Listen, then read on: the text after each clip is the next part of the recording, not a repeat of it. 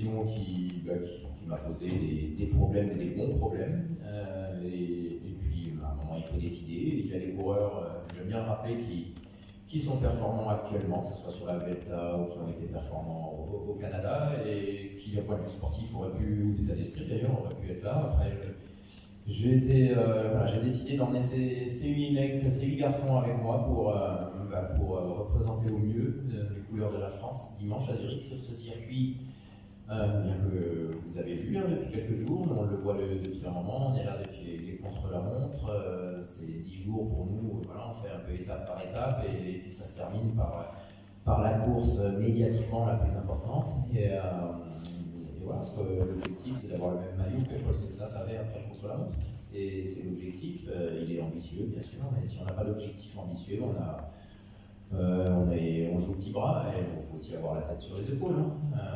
Mais voilà, je pense qu'on est dans des bonnes dispositions. J'ai 100% confiance dans ce groupe pour appliquer de manière naturelle et certainement pas forcée. Ce qui pour moi compte le plus, c'est l'état d'esprit collectif et l'intérêt suprême de Thibaut, et ça fait un peu solennel de le dire, je pense, l'intérêt suprême de l'équipe de France. Et je sais que je suis convaincu en tout cas que ces garçons, ils ont ça en eux sans qu'on ait besoin d'en rajouter quoi. Donc voilà, le parcours, vous l'avez, il y a 273 km, on rajoute 5 km d'effectifs, on n'est pas loin des 280 km.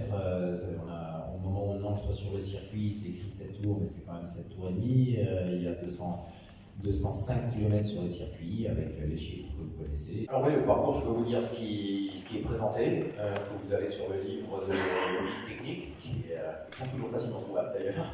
Il y a cette partie en ligne qui des fois ne sert pas soi-disant forcément à grand chose, mais elle n'est pas anodine, il y a du dénivelé. Je vais poser la question à Valentin, il a roulé sous la pluie hier dessus. Il a fait du kilomètre zéro, donc il a reconnu le parcours parfaitement. Donc ça ajoute, la course se jouera peut-être pas là, mais ça compte. Ça compte, ces kilomètres ils seront là. Je précise souvent le fictif parce que les 5 km de fictif, demandez aux garçons quand sur un Tour de France vous avez 8 bornes tel jour, 9 bornes un autre jour, à la fin, ça compte. Et le parcours ensuite, il y a un paramètre qui va jouer énormément par rapport à ce qu'on a vu aujourd'hui. Ce qu'on verra sans doute demain, on va attendre avant que les prévisions se confirment, c'est la météo. C'est clairement, j'ai presque envie de dire, un sport différent. Ce circuit, s'il pleut ou quoi. Et puis l'autre aspect, bien sûr, il y a les chiffres, le dénivelé, les pourcentages, les talus. Et l'autre aspect, c'est la manière dont les coureurs, donc là je ne parle pas forcément de l'équipe de France, mais les coureurs dans l'ensemble, utilisent ce circuit et abordent ce circuit. Dans les histoires au sens large, il y a des circuits qu'on pensait impossibles pour des sprinteurs ont gagné. Inversement, on croyait des circuits pas durs et puis c'est arrivé un par un. Donc ça c'est mon travail en échangeant avec les coureurs, d'imaginer un peu ce que ça peut donner dans les conditions que je prends les nôtres dimanche. Et quand je parle des conditions, c'est la météo, l'opposition, les favoris, les outsiders, les ambitions des équipes. Donc voilà, après le parcours, pour terminer là-dessus, il est technique, sans commune mesure cependant avec celui de l'an dernier. Il est exigeant, il y a des parties où on peut récupérer, mais il y a surtout beaucoup de parties où on ne peut pas récupérer, où il faut fournir des efforts. Et puis ça, je pense que les coureurs, ils n'ont pas le droit de dire beaucoup de choses, ils n'ont pas le droit de vous dire grand-chose ce soir, mais ils peuvent vous donner leur ressenti sur le parcours. Je reste mesuré sur le terrain stratégique parce que je trouve qu'on en fait un peu beaucoup. C'est quand même les mecs qui sont les premiers artisans. Moi, j'essaie de donner un état d'esprit, d'être un peu garant de ça. Je veux que les gens qui vont regarder la télé ou qui viennent sur le bord du circuit ou qui regardent sur les applis soient fiers de leur équipe et que le discours classique c'est de donner le meilleur de soi-même. Ça, c'est clair, mais j'ai envie de dire que c'est le minimum. C'est le minimum de donner le meilleur de soi-même. Donc, stratégie, oui, il y a, sachant que des fois, ça peut ne plus servir à rien et qu'on peut aussi se tromper, qu'il faut aussi et surtout savoir s'adapter. Et sur ce circuit, bien sûr que le vélo, c'est un sport tactique, mais c'est quand même un circuit qui va favoriser les coureurs les plus forts. Voilà. Donc, ça, on en tient compte. Ça fait partie aussi d'une stratégie, si on veut utiliser ce terme, de savoir que vous avez vu, même si c'est oublié, voilà, même si c'est. Voilà, les gars vous diront, c'est quand même mieux d'être costaud que que d'être juste collectif. On est costaud et collectif, c'est pas mal. Ça nous met déjà dans des meilleures dispositions. Dans les meilleures dispositions. L'équipe, moi je suis fier de l'équipe qu'on aligne. Je vous laisse, vous les spécialistes, c'est pas avec l'arrière-pensée que je dis ça, vous suivez le vélo toute l'année, juger du collectif le plus fort ou pas. Ce que j'ai à l'esprit,